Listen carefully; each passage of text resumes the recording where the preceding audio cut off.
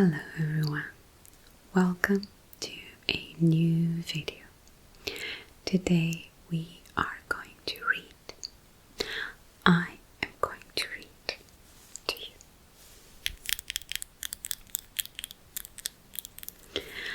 Hope you're doing well. Let's just start.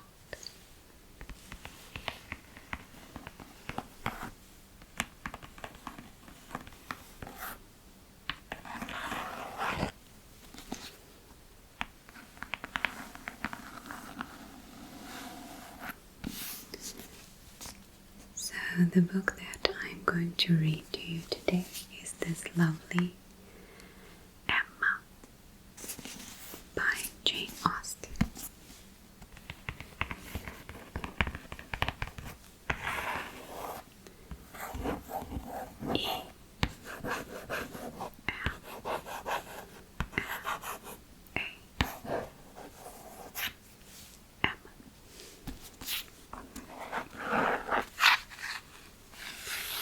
I have been in my back to classics era lately.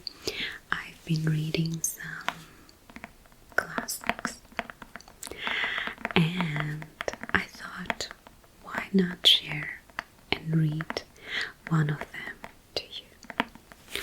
I chose Emma today because it's a light-hearted, everyone will enjoy it, etc.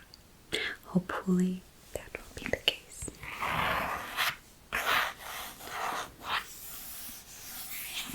And as you may see, this is one of the this is one of the books that I have in book form. So we can enjoy some paper sound as well. It has this lovely velvety texture and like a metallic blue type of decoration matching with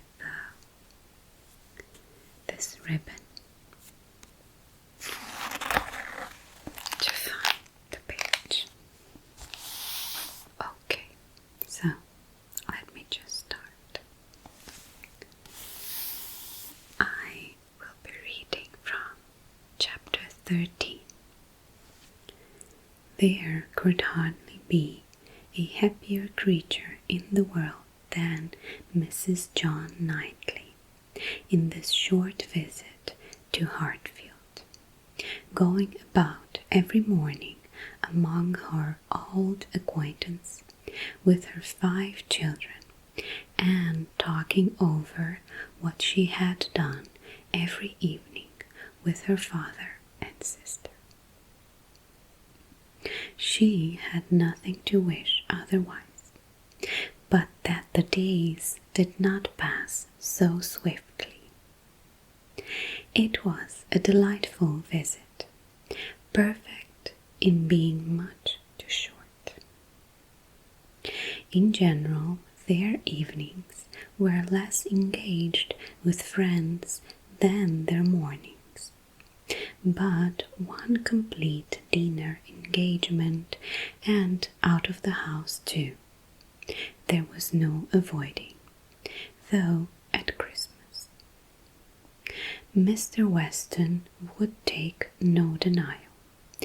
They must all dine at Randall's one day.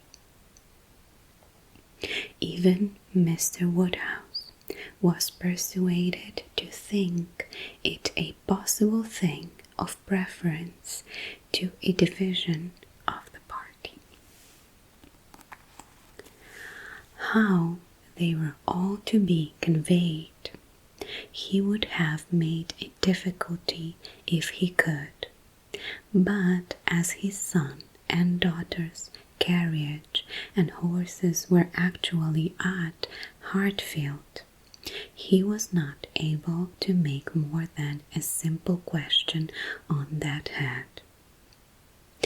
It hardly amounted to a doubt, nor did it occupy Emma long to convince him that they might in one of the carriages find room for Harriet also.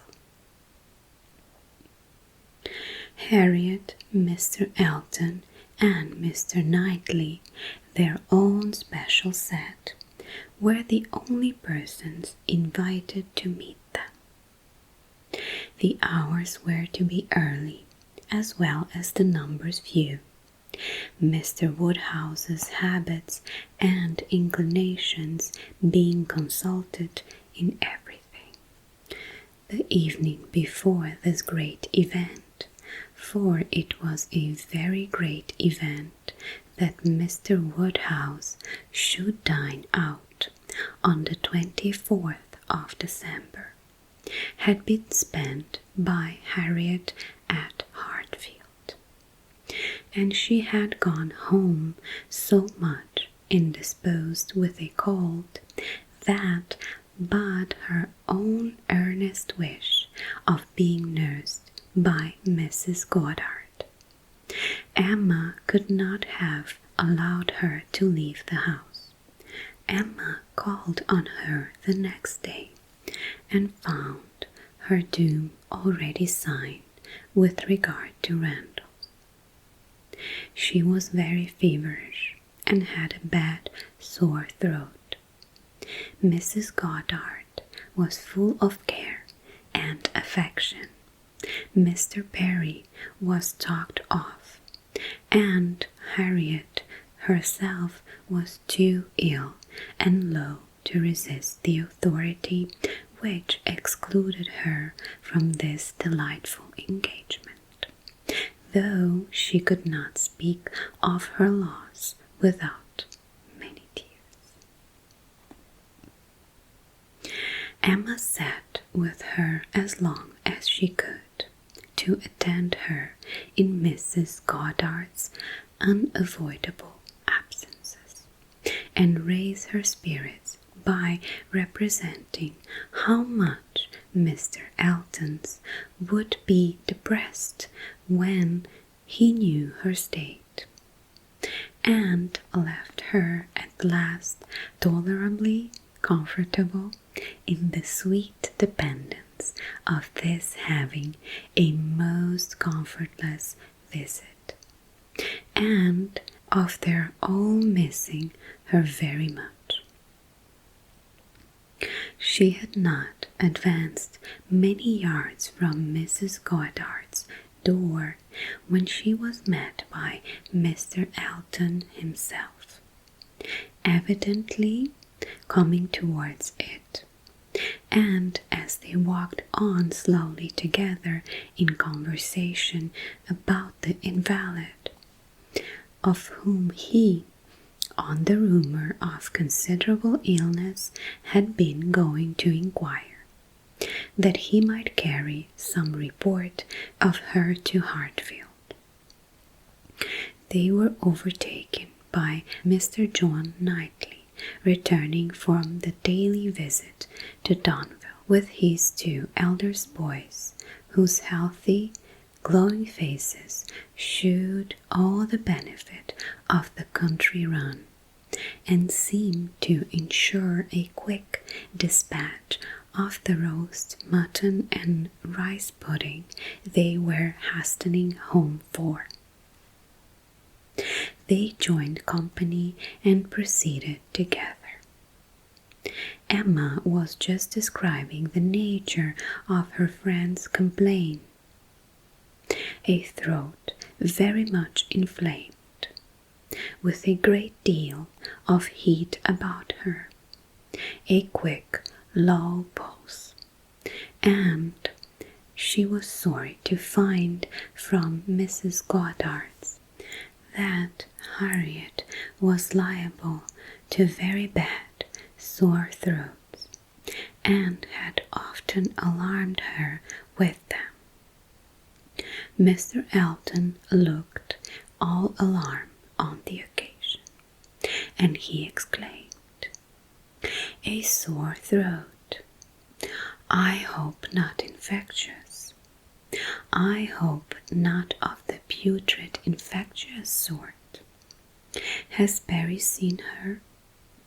Indeed, you should take care of yourself as well as your friend. Let me entreat you to run no risk. Why does not Perry see her? Emma, who was not really at all frightened herself, tranquilized this excess of apprehension by assurance of Mrs. Goddard's experience and care. But as there must still remain a degree of uneasiness which she could not wish to reason away, which she would rather feed and assist that not, she added soon afterwards, as if quite another subject.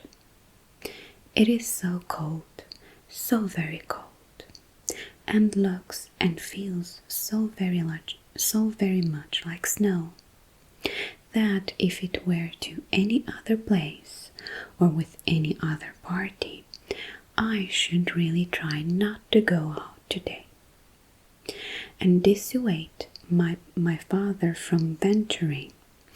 But as he has made up his mind, and does not seem to feel the cold himself, I do not like to interfere, as I know it would be so great a disappointment to Mr. and Mrs. Weston. But, upon my word, Mr. Elton, in your case, I should certainly excuse myself.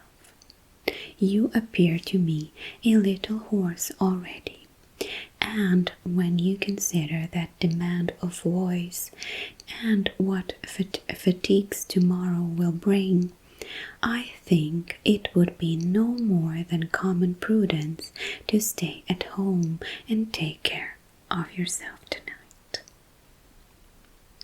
Mr. Elton looked as if he did not very well know the answer to make, which was exactly the case, for though very much gratified by the kind care of such a fair lady, and not liking to resist any advice of hers, he had not really the least inclination to give up the visit. But Emma, too eager and busy in her own previous conceptions and views to hear him impartially or see him with clear vision, was very well satisfied with this muttering acknowledgment of its being certainly very cold, and walked on, rejoicing in having extricated him from Randall's, and secured him the power of sending to inquire after Harriet every hour of that evening. You do quite right, said she. We will make your apologies to Mr. and Mrs. Weston. But hardly had she spoken when she found her brother was civilly offering a seat in his carriage, if the weather were Mr. Elton's any objection, and Mr. Elton actually accepting the offer with much prompt satisfaction. It was a done thing. Mr. Elton was to go, and never had his broad, handsome face expressed more pleasure than at this moment. Never had his smile been stronger, nor his eyes more exulting than when he next looked at her. Well, said she to herself, this is most strange. After I had got him off so well, to choose to go into company and leave Harriet ill behind. Most strange indeed. But there is, I believe, in many men, especially single men, such an inclination, such a passion for dining out. A dinner engagement is so high in the class of their pleasures, their employments, their dignities, almost their duties, that anything gives away to it, and this must be the case with Mr. Elton. A most valuable, amiable, pleasing young man, undoubtedly, and very much in love with Harriet, but still he cannot refuse an invitation. He must dine out whatever he is asked. What a strange thing love is! He can see ready wit in Harriet, but will not dine alone for her. Soon afterwards Mr. Elton quitted them, and she could not but do him the justice of feeling that there was a great deal of sentiment in his manner of naming Harriet at parting, in the tone of his voice, while assuring her that he should call at Mrs. Goddard's for news of her fair friend. The last thing before he parted for the happiness of meeting her again, when he hoped to be able to give a better report, and he sighed and smiled himself off on a way that left the balance of approbation much in his favour. After a few minutes of entire silence between them, John Knightley began with, "I never in my life saw a man more intent on being agreeable than Mr. Elton. In its downright labour to him where ladies are concerned. With man he can be rational and unaffected, but when he has ladies to please, every feature works. Mr. Elton's manners are not perfect," replied Emma, "but where there is a wish to please, one ought to overlook, and one does overlook, a great deal. Where a man does his best with only moderate powers, he will have the advantage over negligent superiority. There is such perfect good temper and good will in Mr. Elton as one cannot but value." "Yes," said Mr. John Knightley presently, with some slyness, "he seems to have a great deal of goodwill towards you." "Me?" she replied with a smile of astonishment. "Are you imagining me to be Mr. Elton's object?" "Such an imagination has crossed me, I own, Emma, and if it never occurred to you before, you may as well take it into consideration now. Mr. Elton is in love with me. What an idea! I do not say it is so, but you will do well to consider whether it is so or not, and to regulate your behaviour accordingly. I think your manners to him encouraging. I speak as a friend, Emma. You had better look about you, and ascertain what you do, and what you mean to do." I thank you, but I assure you, you are quite mistaken. Mr. Elton and I are very good friends, and nothing more."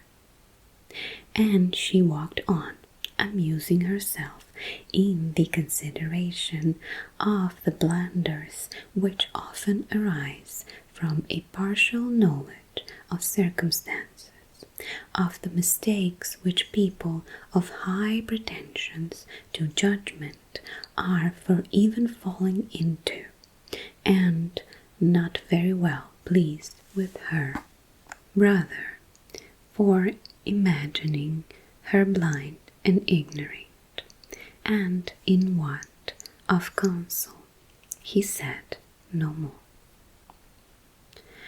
Mr. Woodhouse had so completely made up his mind to the visit that, in spite of the increasing coldness, he seemed to have no idea of shrinking from it, and set forward at last most punctually with his eldest daughter in his own carriage, with less apparent consciousness of the weather than either of the others, too full of the wonder of his own going and the pleasure of it was to afford at Randall's to see that it was cold, and too well wrapped up to feel it.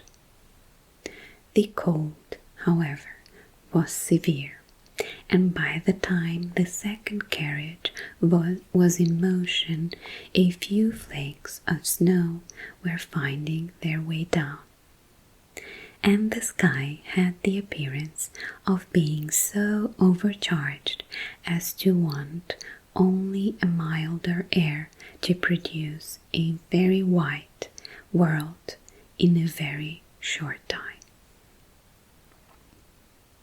Emma soon saw that her companion was not in the happiest humour. The preparing and the going abroad in such weather, with the sacrifice of his children after dinner, were evils, were disagreeables at least, which Mr. John Knightley did not by any means like. He anticipated nothing in the visit that could be at all worth to purchase, and the whole of their drive to the vicarage was spent by him in expressing his discontent. "A man," said he, "must have a very good opinion of himself when he asks people to leave their own fireside and encounter such a day as this for the sake of coming to see him. He must think himself a most agreeable fellow. I could not do such a thing. It is the greatest absurdity, actually snowing at this moment. The folly of not allowing people to be comfortable at home, and the folly of people's not staying comfortably at home when they can. If we were obliged to go out such an evening as this, by any call of duty or business, what a hardship we should deem it, and here are we, probably with rather thinner clothing than usual, setting forward voluntarily, without excuse, in defiance of the voice of nature, which tells man, in everything given to this view and his feelings, to stay at home himself and keep all under shelter than he can. Here are we setting forward to spend 5 dull hours in another man's house with nothing to say or to hear that was not said and heard yesterday, and may not be said or heard again tomorrow. Going in dismal weather to return probably in worse, 4 horses and 4 servants taking out for nothing but to convey 5 idle, shivering creatures into colder rooms and worse company than they might have had at home. Agreed. Emma did not find herself equal to give the pleased assent, which no doubt he was in the habit of receiving, to emulate the "very true, my love," which must have been usually administered by his travelling companion. But she had resolution enough to refrain from making any answer at all. She could not be complying, she dreaded being quarrelsome. Her heroism reached only to silence. She allowed him to talk, and arranged the glasses, and rubbed herself up without opening her lips. They arrived. The carriage turned. The step was let down, and Mr. Elton, spruce, black, and smiling, was with them instantly. Emma thought with pleasure of some change of subject. Mr. Elton was all obligation and cheerfulness. He was so very cheerful in these civilities indeed, that she began to think he must have received a different account of Harriet from what had reached her. She had sent while dressing, and the answer had been much the same, not better. "My report from Mrs. Goddard's," said she presently, "was not so pleasant as I had hoped. No better was my answer." His face lengthened immediately, and his voice was the voice of sentiment as he answered, "Oh, no, I am grieved to find. I was on the point of telling you that when I called at Mrs. Goddard's door, which I did the very last thing before I returned to dress, I was told that Mrs. Smith was not better, by no means better, rather worse, very much grieved and concerned. I had flattered myself that she must be better after such a cordial as I knew had given her in the morning." Emma smiled and answered, "My visit was of use to the nervous part of her complaint, I hope, but not even I can charm away a sore throat. It is a most severe cold indeed. Mr. Perry has been with her, as you probably heard." "Yes, I imagined, that is, I did not. He has been used to her in these complaints, and I hope tomorrow morning will bring us both a more comfortable report. But it is impossible not to feel uneasiness, such a sad loss to our party today." "Dreadful, exactly so indeed. She will be missed very moment." This was very proper. The sight which accompanied It was really estimable, but it should have lasted longer. Emma was rather in dismay when only half a minute afterwards he began to speak of other things, and in a voice of the greatest alacrity and enjoyment.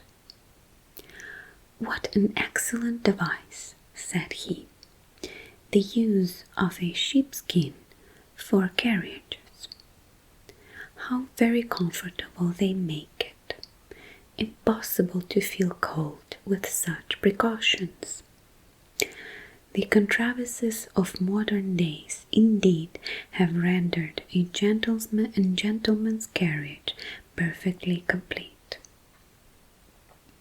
One is so fenced and guarded from the weather that not a breath of air can find its way unpermitted. Weather becomes absolutely of no consequence. It is a very cold afternoon, but in this carriage we know nothing of the matter. Snows a little, I see." "Yes," said John Knightley, "and I think we shall have a good deal of it. Christmas weather," observed Mr. Elton. "Quite seasonable, and extremely fortunate we may think ourselves that it did not begin yesterday, and prevented this day's party, which it might very possibly have done, for Mr. Woodhouse would hardly have ventured had there been much snow on the ground, but now it is of no consequence. This is quite the season indeed for friendly meetings. At Christmas everybody invites their friends about them, and people think little of even the worst weather. I was snowed up at a friend's house once for a week. Nothing could be pleasanter. I went for only one night, and could not get away till that very day se'night." Mr. John Knightley looked as if he did not comprehend the pleasure, but said only coolly, "I cannot wish to be snowed up a week at Randall's." At another time Emma might have been amused, but she was too much astonished now that Mr. Elton's spirits for other feelings. Harriet seemed quite forgotten in the expectation of a pleasant party. "We are sure of excellent fires," continued he, "and everything in the greatest comfort. Charming people, Mr. and Mrs. Weston. Mrs. Weston indeed is much beyond praise, and he is exactly what one values, so hospitable and so fond of society. It will be a small party, but where small parties are select, they are perhaps the most agreeable of any. Mr. Weston's dining room does not accommodate more than 10 comfortably, and for my part I would rather under such circumstances fall short by 2 than exceed by 2. I think you will agree with me," turning with a soft air to Emma. "I think I shall certainly have your approbation, though Mr. Knightley, perhaps, from being used to the large parties in London, may not quite enter into our feeling." "I know nothing of the large parties in London, sir. I never dine with anybody." "Indeed," in a tone of wonder and pity, I had no idea that the law had been so great a slavery. Well, sir, the time must come when you will be paid for all this, when you will have little labor and great enjoyment. My first enjoyment, replied John Knightley, as they passed through the sweep gate, will be to find myself safe at Hartfield again. Chapter 14. Some change of countenance was necessary for each gentleman as they walked into Mrs. Weston's drawing-room. Mr. Elton must compose his joyous looks, and Mr. John Knightley express his ill humour. Mr. Elton must smile less, and Mr. John Knightley more, to fit them for the place. Emma only might be as nature prompted, and shew herself just as happy as she was. To her it was real enjoyment to be with the Westons. Mr. Weston was a great favourite, and there was not a creature in the world to whom she spoke with such unreserve as to his wife. Not any one to whom she related with such conviction of being listened to and understood, of being always interesting and always intelligible, the little affairs, arrangements, perplexities, and pleasures of her father and herself. She could tell nothing of Hartfield, in which Mrs. Weston had not a lively concern, and half an hour an uninterrupted communication of all those little matters on which the daily happiness of private life depends was one of the first gratifications of each. This was a pleasure which perhaps the whole day's visit might not afford, which certainly did not belong to the present half hour. But the very sight of Mrs. Weston, her smile, her touch, her voice, was grateful to Emma, and she determined to think as little as possible of Mr. Elton's oddities or of anything else unpleasant, and enjoy all that was enjoyable to the utmost. The misfortune of Harriet's cold had been pretty well thought before her arrival. Mr. Woodhouse had been safely seated long enough to give the history of it, besides all the history of his own and Isabella's coming, and of Emma's being the follow, and had indeed just got to the end of his satisfaction that James should come and see his daughter when the others appeared, and Mrs. Weston, who had been almost wholly engrossed with her attentions to him, was able to turn away and welcome her dear Emma. Emma's project of forgetting Mr. Elton for a while made her rather sorry to find, when they had all taken their places, that he was close to her.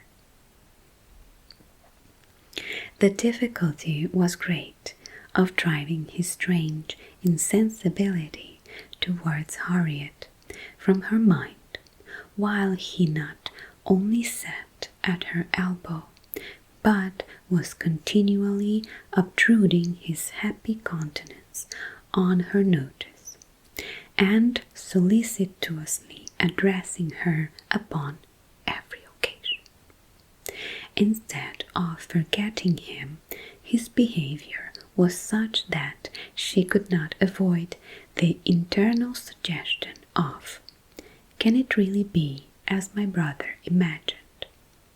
Can it be possible that this man to be beginning to transfer his affections from Harriet to me?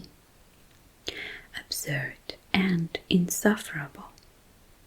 Yet he would be so anxious for her being perfectly warm, would be so interested about her father, and so delighted with Mrs. Weston, and at last would begin admiring her drawings with so much zeal and so little knowledge as seemed terribly like a would-be lover, and made it some effort with her to preserve her good manners. For her own sake she could not be rude, and for Harriet's, in the hope that all would yet turn out right. She was even positively civil. But it was an effort, especially as something was going on amongst the others, and most overpowering period of Mr. Elton's nonsense, which she particularly wished to listen to. She heard enough to know that Mr. Weston was giving some information about his son.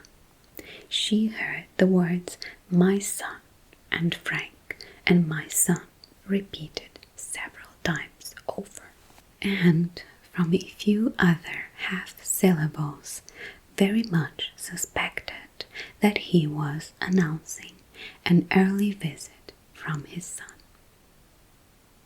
But before she could quiet Mr. Elton, the subject was so completely past that any reviving question from her would have been awkward. Now, it so happened that, in spite of Emma's resolution of never marrying, there was something in the name, in the idea of Mr. Frank Churchill, which always interested her.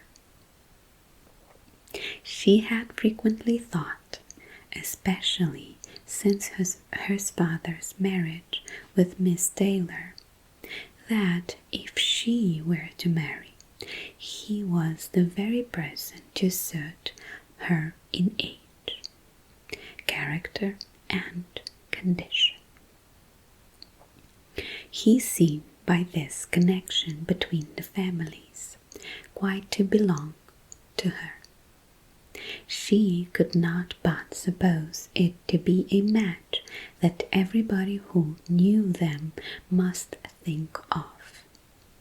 That Mr. and Mrs. Weston did think of it, she was very strongly persuaded, and though not meaning to be induced by him or by anybody else to give up a situation which she believed more replete with good than any she could change it for, she had a great curiosity to see him, a decided intention of finding him pleasant, of being liked by him to a certain degree, and a sort of pleasure in the idea of their being coupled in their friend's imagination. With such sensation, Mr. Elton's civilities were dreadfully ill-timed, but she had the comfort of appearing very polite while feeling very cross, and of thinking that the rest of the visit could not possibly pass without bringing forward the same information again,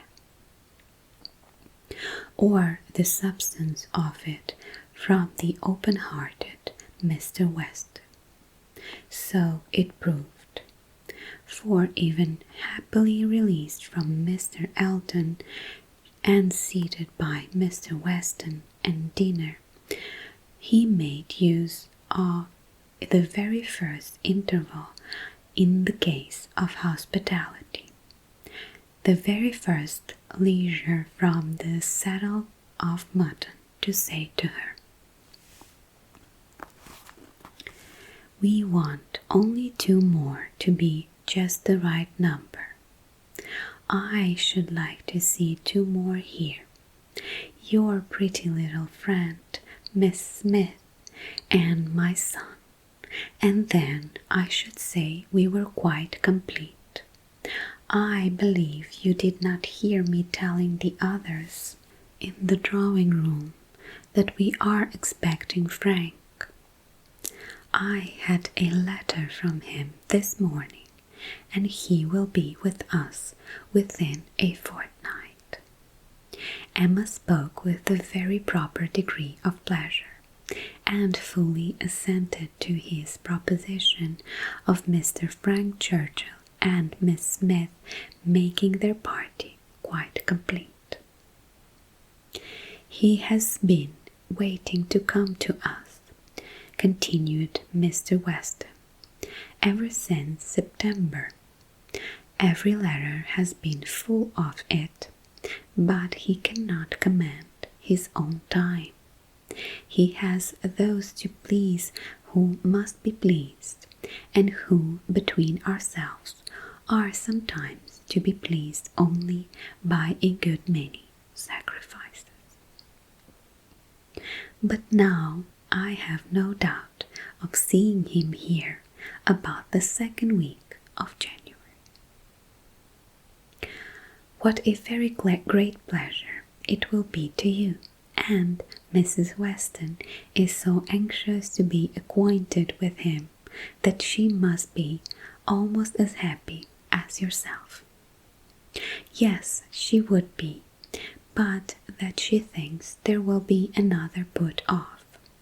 She does not depend upon his coming so much as I do. But she does not know the party so well as I do. The case, you see, is, but this is quite between ourselves. I did not mention a syllable of it in the other room. There are secrets in all families, you know. The case is that a party of friends are invited to pay a visit at Anscombe in January, and that Frank's coming depends upon their being put off. If they are not put off, he cannot steer. But I know they will, because it is a family that a certain lady of some consequence at Anscombe has a particular dislike to. And though it is thought necessary to invite them once in 2 or 3 years, they always are put off when it comes to the point. I have not the smallest doubt of the issue. I am as confident of seeing Frank here before the middle of January as I am of being here myself.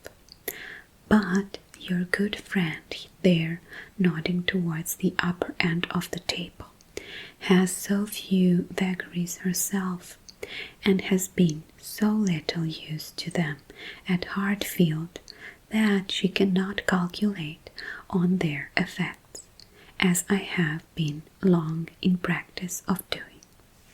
I am sorry there should be anything like doubt in the case, replied Emma, but I am disposed to side with you, Mr. Weston. If you think he will come, I shall think so too, for you know Anscombe. Yes, I have some right to that knowledge, though I have never been in that place in my life. She is an odd woman, but I never allow myself to speak ill of her. on Frank's account, for I do believe her to be very fond of him. I used to think she was not capable of being fond of anybody except herself, but she has been kind to him in her way, allowing for a little whims and caprices, and expecting everything to be as she likes. And it is no small credit, in my opinion, to him that he should excite such an affection, for though I would not say it to anybody else, she has no more heart than is shown to people in general, and the devil of a temper. Emma liked the subject so well that she began upon it to Mrs. Weston very soon after their moving into the drawing-room, wishing her joy, yet observing that she knew the first meeting must be rather alarming. Mrs. Weston agreed to it, but added that she should be very glad to be secure of undergoing the anxiety of the first meeting at the time talked of, for I cannot depend upon his coming. I cannot be so sanguine as Mr. Weston. I am very much afraid that it will all end in nothing. Mr. Weston, I dare say, has been telling you exactly how the matter stands. Yes, it seems to depend upon nothing but the ill humour of Mrs. Churchill, which I imagine to be the most certain thing in the world. My Emma, replied Mrs. Weston, smiling, what is the certainty of caprice? Then, turning to Isabella, who had not been attending before, you must know, my dear Mrs. Knightley, that we are by no means so sure of seeing Mr. Frank Churchill, in my opinion, as his father thinks. It depends entirely upon his aunt's spirits and pleasure, in short, upon her temper. To you, to my two daughters, I may venture on the truth. Mrs. Churchill rules at Escombe, and is a very odd-tempered woman, and his coming now depends upon her being willing to spare him. Oh, Mrs. Churchill, everybody knows Mrs. Churchill, replied Isabella, and I am sure I never think of that poor young man without the greatest compassion. To be constantly living with an ill-tempered person must be dreadful. It is what we happily have never known anything of, but it must be a life of misery. What a blessing that she never had any children. Poor little creatures, how unhappy she would have made them. Emma wished she had been alone with Mrs. Weston. She should then have heard more. Mrs. Weston would speak to her with a degree of unreserve which she would not hazard with Isabella, and she really believed would scarcely try to conceal anything relative to the Churchills from her, excepting those views of the young man, of which her own imagination had already given her such instructive knowledge. But at present there was nothing more to be said. Mr. Woodhouse very soon followed them into the drawing-room. To be sitting long after dinner was a confinement that he could not endure. Neither wine nor conversation was anything to him, and gladly did he move to those with whom he was always comfortable. While he talked to Isabella, however, Emma found an opportunity of saying, "And so you do not consider this visit from your son as by any means certain. I am sorry for it. The introduction must be unpleasant whenever it takes place, and the sooner it could be over, the better. Yes, and every delay makes one more apprehensive of other delays. Even if this family, the Braithwaites, are put off, I am still afraid that some excuse may be found for disappointing us. I cannot bear to imagine any reluctance on his side, but I am sure there is a great wish of the Churchills to keep him to themselves. There is jealousy. They are jealous even of his regards for his father. In short, I can feel no dependence on him coming, and I wish Mr. Weston were less sanguine." "He ought to come," said Emma. "If he could stay only a couple of days, he ought to come. And one can hardly convince a young man's not having in his power to do as much as that. A young woman, if she fall into bad hands, may be teased and kept at a distance from those she wants to be with, but what one cannot comprehend a young man's being under such restraint as not to be able to spend a week with his father if he likes it. One ought to be at Ascot and know the ways of the family before one decides upon what he can do," replied Mrs. Weston. "One ought to use the same caution, perhaps, in judging of the conduct of any one individual, of any one family, but a Scot.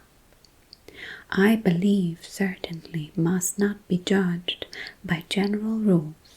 She is so very unreasonable, and everything gives way to her. But she is so fond of the nephew. He is so very great a favourite. Now, according to the idea of Mrs. Churchill, it would be most natural that while she makes no sacrifice for the comfort of her husband, to whom she owes everything, while she exercises incessant caprice towards him, she should frequently be governed by the nephew, to whom she owes nothing at all. My dearest Emma, do not pretend with your sweet temper to understand a bad one, or to lay down rules for it. You must let it go its own way. I have no doubt of his having at times considerable influence, but it may be perfectly impossible for him to know beforehand when it will be." Emma listened and then coolly said, "I shall not be satisfied unless he comes."